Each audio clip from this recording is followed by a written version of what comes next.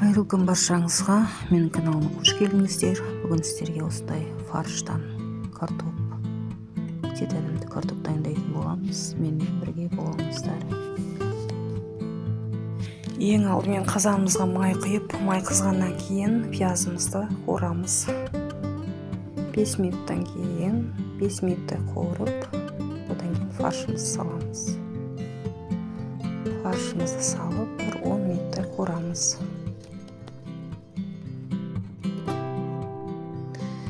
Негізі мен фарш пен пиязды бірге қуырмай тұрып, екеуін қосып, тұз бен бұрышты қосып, әбден араластырып, сосын барып қыздырған майға қосатынмын. Бұл жолы енді бөлек-бөлек қуырып жатырмын. Олай да жасасаңыздар өте дәмді шығады. Сәбізімізді саламыз. Сәбізімізді 5 минуттай қуырамыз.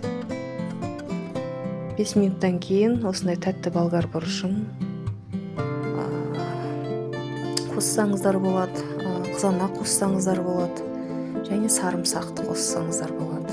Барлығын қосып, тұзымызды, өздеріңіз ұнататын дәмдеуіштеріңізді қосып, жақсылап араластырып, 5 минутта қуырамыз. 5 минут қуырып болғаннан кейін картопымызды салып, жақсылап араластырып, 10 минуттай қуырамыз.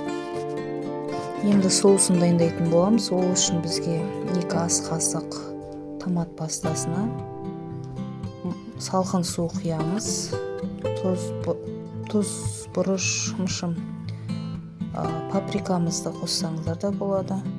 Жақсылап араластырып, қазанымызға құямыз.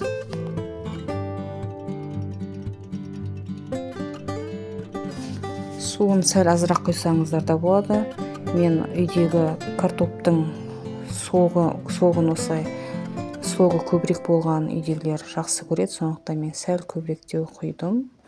Енді оттың астын қаттырақ қойып, бір қайнағаннан кейін жай отқа қойып 20 минуттай бұқтырамыз.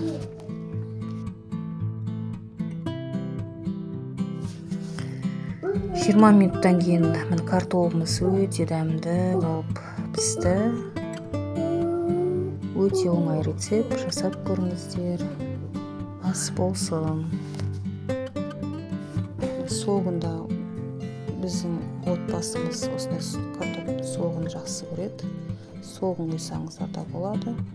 Бетіне өздеріңізге ұнайтын аскөктермен, пиязбен дастарханға ұсына берсеңіздер болады.